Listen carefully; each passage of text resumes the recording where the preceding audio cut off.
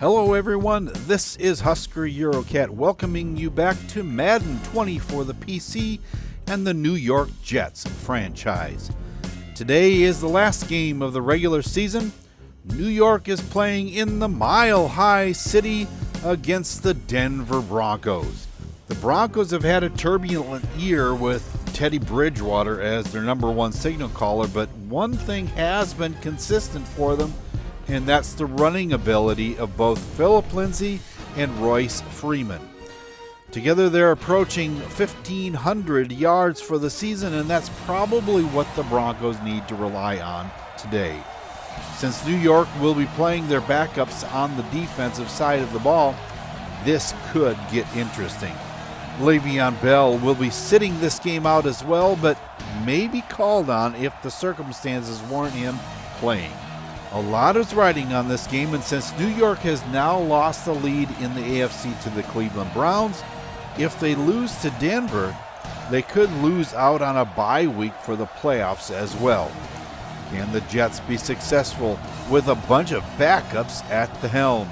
Let's find out if they can rise to the occasion and finish the season on a high note in the Mile High City, as the Jets take on the Broncos here on the Football Freaks Sports Network. The Broncos win the toss, and in the backfield at the 25-yard line is Bridgewater with Lindsay by his side, and the pass goes over the middle to Emmanuel Sanders, getting to the 29 for a 4-yard pickup. 2nd and 6. The pass goes out to Lindsay out of the backfield, and he has a first down out at the 39. Bridgewater fakes the pass and goes over the middle to Noah Fant and out of bounds inside Jet territory at the 30-yard line. Now the ball is given to Lindsay. He has a lot of room around the left side and gets all the way into the end zone. Touchdown, Denver. A 30-yard scamper for number 30 gets Denver the lead in the football game on the very first possession, and if you're the Jets, you gotta be worried about that. Darnold in the backfield, throws long, and it's knocked away by Jamison Crowder, almost intercepted by Chris Harris. Back to throw, Darnold has his pass batted away. Josie Jewell knocking it down. 3rd and 10, Darnold with the throw over the middle to Crowder, and he doesn't make it to the sticks. 4th and 2, and the Jets have to punt. 2nd and 10, Bridgewater hands off to Lindsay. He has lots of room, has the first down out to the 48-yard line. Only 2 rushes, and he has 41 yards already. And a notable inactives for the Jets. Hopefully back for the playoffs will be Adams and Enunwa. And that one is almost intercepted.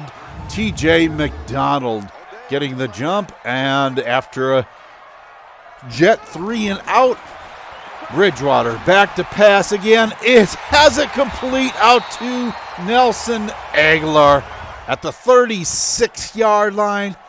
And that gives the Broncos a fresh set of downs. Out to the 40-yard line is Royce Freeman for a 4-yard pickup. Bridgewater back and is sacked back at the 30-yard line by Shane Ray. 3rd and 16 now. Bridgewater in the backfield. Throws over the middle to Lindsay. Has a nice cut, and he doesn't even get close. So it's the Jets' ball again. Almost 4 minutes to go in the first quarter, and Darnold is sacked. Von Miller gets to him for a 4-yard loss, and it's now 2nd and 14. Darnold gets it to Crowder up the seam, and that brings up 3rd and 5. Darnold again passes over the middle, complete to Deontay Burnett for the first down. Now on 3rd and 10. Going long to Burnett again. down to the 37-yard line of the Broncos. 2nd and 11, the throw to Herndon. Gets to the 32, bringing up a 3rd and 5. Darnold back to pass again, and Crowder picks up the first down inside the 25-yard line. From the 22 into the second quarter now. Cannon goes up the middle and has a first down. Darnold throws over the middle. Touchdown, Robert Foster. He was so wide open for that pass. I was worried that he was going to drop it before getting it into the end zone. But the Jets tie it up 7 apiece. Bridgewater throws short. Noah Fant makes only a 1-yard pickup. Phillip Lindsay through the middle of the, makes 2 cuts. Lindsay out in the open, 20, 10, nobody even close to him. And into the end zone he goes. A 74-yard run, and the middle of that defense is awfully soft. Darnold throws complete out to Herndon and out of bounds at the 47-yard line. Now from the I formation, the fake goes to Cannon, and the pass is complete out to Crowder at the 21-yard line of the Broncos. A 25-yard reception on the play-action pass. Now Darnold back to pass, throws the screen pass out to Cannon. He gets the first down, is inside the 10 at the 8-yard line. And Trenton Cannon is down. He's on the sideline on the bench, so maybe that's good news, not sure. And Darnold is sacked. Derek Wolfe gets to him back at the 15. 2nd and goal, though. The throw goes to Foster. There's a flag on the play. And it's holding against the Jets. Michael Winkler guilty of the infraction. So Darnold from the 22 is sacked yet again. David Mayo getting to him at the 29-yard line. Now on 3rd and goal. And he has to go forever. Throws it deep to the end zone, and it's broken up. Intended for Foster, and Callahan gets a hand in there. Pinedo comes on for a 46-yard field goal, and it's up and good. 14-10 is your score now with almost 8 minutes to go in the second quarter. Lindsay is caught in the backfield, finally brought down by Frankie Louvu.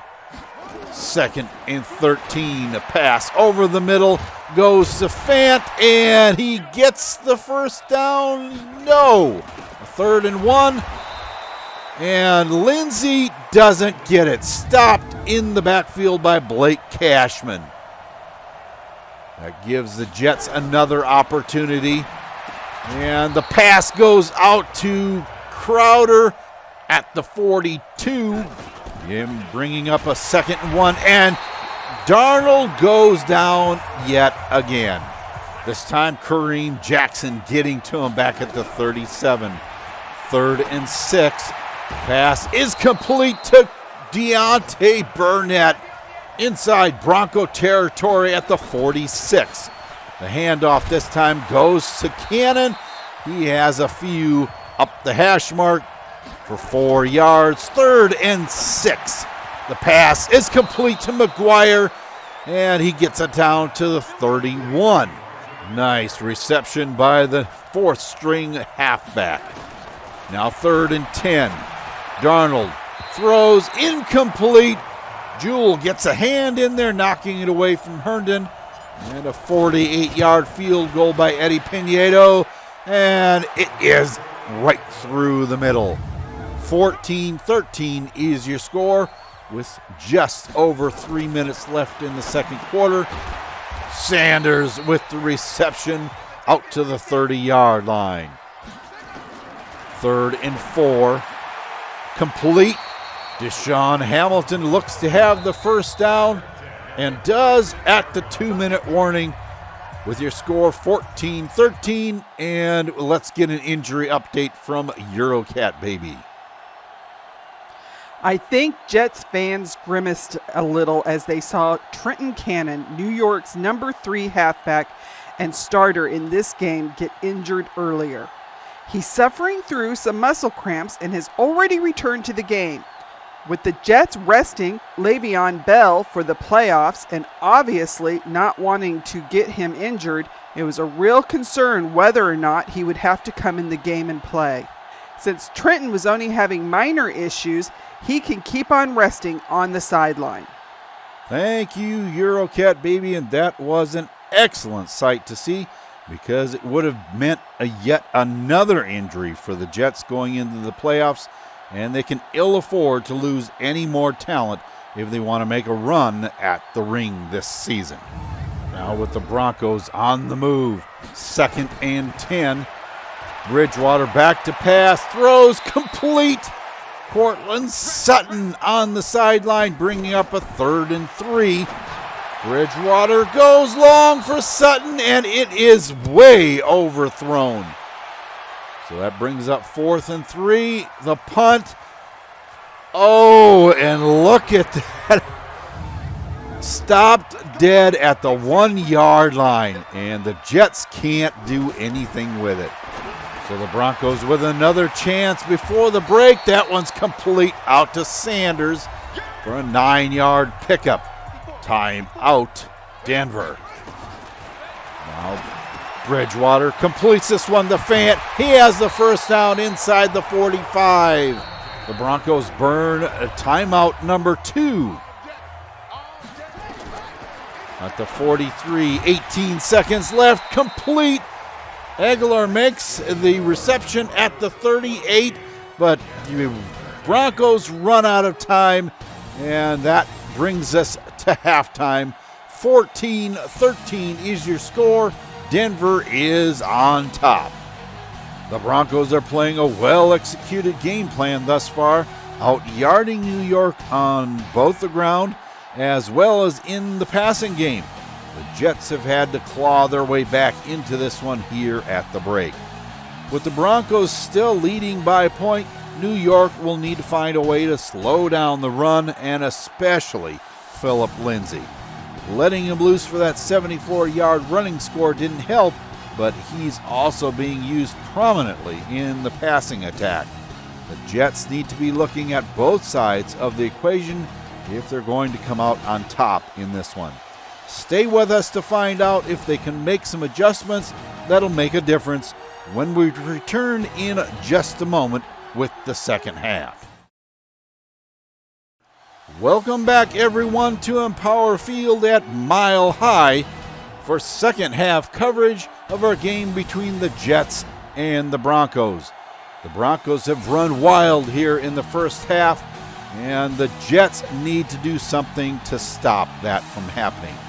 Getting more than field goals is a priority for the Jets, so let's see how the second half goes. After a Jet 3-and-out to start out the second half, the Broncos have it at the 17-yard line, and Lindsay is stopped in the backfield by Shane Ray for his second tackle for loss of the game. Bridgewater throws and drops it in perfectly to Emmanuel Sanders, complete out at the 39-yard line, and the Broncos are out of the hole. Bridgewater in the backfield again, throws complete again to Sanders over the middle and inside Jet territory at the 37. 2nd and 8, complete to Fant this time inside the 30, and that gives the Broncos a fresh set of downs. Bridgewater just gets that one away and is complete on the sideline to Fant, out of bounds at the 9. 1st and goal, and Lindsay is stopped by Henry Anderson in the backfield. 3rd and goal from the 12 now. Bridgewater throws into the end zone, knocked away by Darrell Roberts. That brings on Dan Bailey, 29 yards out. He is right through the middle, and Denver extends its lead to a 4-point lead, 17-13. Now with Cannon in the backfield from the 24-yard line, Darnold throws over the middle, complete to Robert Foster. And he has a 9-yard pickup, 3rd and inches now. McGuire up the middle, gets enough for the first down, out to the 35. 3rd and 10. Back to pass, Darnold dancing around in the backfield. Crowder cannot hang on to it inside the 45 of Denver, and that means they'll punt the ball. Now from the 26, Lindsey takes it up the middle to the 31, 2nd and 5. Out of the I formation, Lindsey again gets the ball, and he has the first down out at the 41. 3rd and 6 now. Bridgewater can't find anybody open. It is finally dropped by Henry Anderson. That brings up 4th and long, and the Broncos will have to punt the ball. Darnold from the 26 throws complete out to Rodgers. A beautiful play-action pass, netting the Jets a 30-yard reception to bring the third quarter to a close. Still 17-13. Let's see what the fourth quarter brings for us. 3rd and 8. Darnold in the shotgun. Throws complete down to the 20-yard line. That's Jamison Crowder, a 21-yard reception on the edge of the red zone now. Complete down to Foster to the 11. 3rd and 2. Darnold has the pass batted and almost intercepted by Kareem Jackson. So on 4th and 2, the offense stays on the field. Complete out to Rodgers, and he has it out of bounds at the 2. 2nd and goal, and Kareem Jackson gets in there for the sack, back to the 7. 3rd and goal. Darnold throws complete to Crowder. They didn't give him the touchdown. Wow, right on the goal line. And again, the offense stays on the field, and Darnold takes it across himself on the quarterback keeper. So now with almost 8 minutes to go in the game, the Jets finally take the lead in the football game. 20-17 is your score. And there you can see Darnold just making it over the plane of the end zone. Now Bridgewater. Can he bring the Broncos back? Complete over the middle to Sanders for a short gain. 2nd and 4. Again, pass over the middle to Lindsey, makes a cut, and he's to the 40-yard line. First down, Broncos. So on 2nd and 10, the pass goes out to Sanders on the left side, and he's out of bounds, and he's injured too. We'll have to find out how that's going to impact the Broncos. 3rd and 2, and Lindsey gets the first down. 1,000 yards now for the season. Back to pass is Bridgewater, and he completes it out to Fant at the 16-yard line. Now we have the dump-off pass to Lindsey, and he makes a cut, is inside the 5 and out of bounds at the 1-yard line. 1st and goal, Broncos. And Royce Freeman gets stopped and driven back. 2nd and goal. Bridgewater in the shotgun is sacked. Can't get rid of the ball fast enough, and Brandon Copeland gets to him back at the 8-yard line. Now 3rd and goal. It's complete, And Hamilton is stopped by Shane Ray at the 3, 4th and goal. The kick is up by Bailey and good. And that ties up this football game with just over 4 minutes to go. The handoff goes to Cannon up the middle, and he has room. Tackled finally at the 33. 3rd and 1. Herndon complete outside the... No, check that. The 35, so he's at the 37-yard line. Darnold dancing around, can't find anybody open, and is finally taken down. Jewell gets to him at the 34. Now back to pass, going long, and it's a complete. Richard Rodgers had the serious height advantage over Bryce Callahan, and that gets him the reception. So with 2 minutes to go, it's 20-20. And an injury update from Eurocat Baby. If you're a Broncos fan, this is not pleasant to hear. Wide receiver extraordinaire for Denver, Emmanuel Sanders, sustained a rib injury and will be held out for the rest of the game. With the Jets driving for a score here, he could be missed when the Broncos get the ball back, since it's getting down the field quickly could be a huge factor in the outcome of this game. Thank you for that report. And if the Jets use the clock to their advantage, the Broncos offense may not even get back on the field. Let's find out what happens. The Jets now from the 24-yard line. Darnold is sacked. Second-year man Tavon Gales gets him back at the 28-yard line.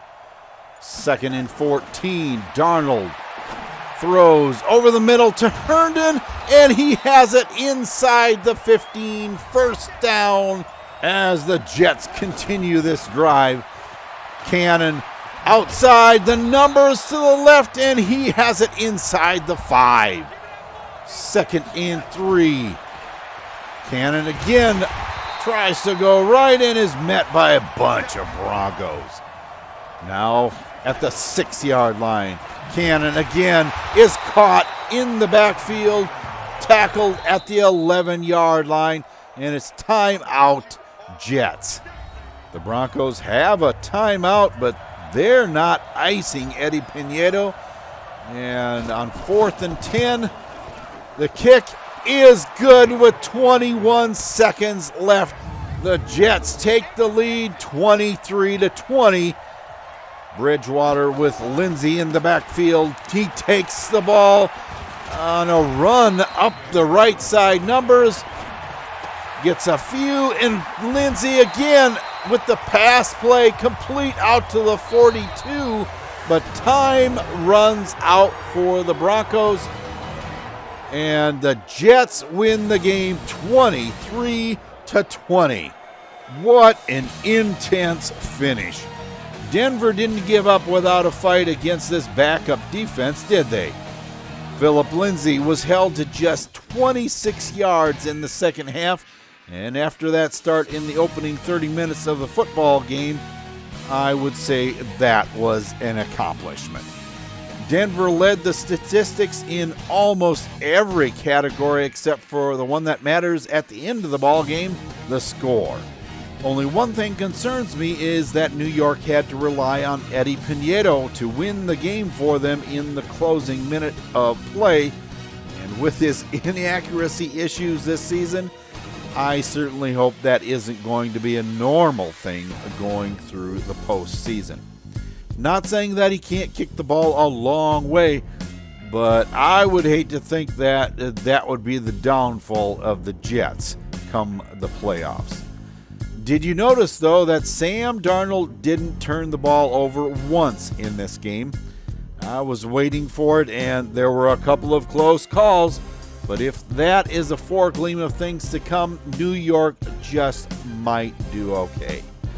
58% isn't really all that great, but with no interceptions, it may be enough. The running game never materialized for the Jets, so it was a good thing that the issue wasn't compounded by Darnold throwing it to the wrong team. You could tell by the stats that Darnold used his tight ends a little more. Not saying that the wideouts didn't do a great job of contributing, but it's nice to see him get all the receivers involved in the game.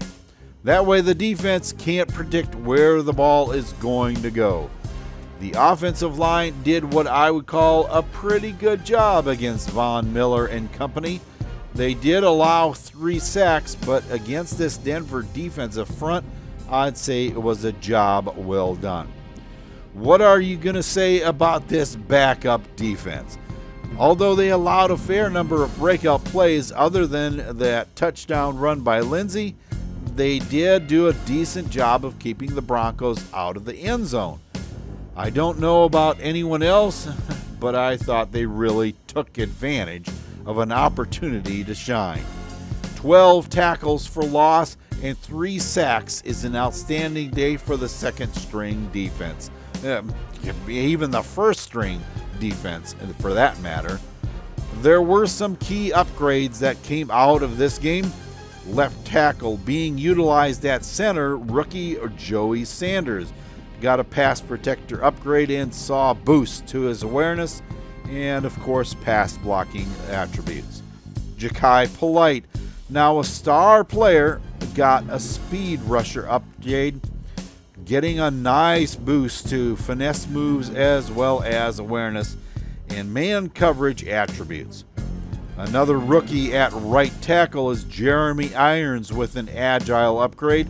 He's coming along very nicely this season, getting boosts to both run and pass block finesse and a little plain old run block thrown in there as well. Now that the regular season is over, the tally is made. The Browns are the ones that made the home field advantage spot in the AFC. They successfully dispensed with the Steelers to remain in that spot.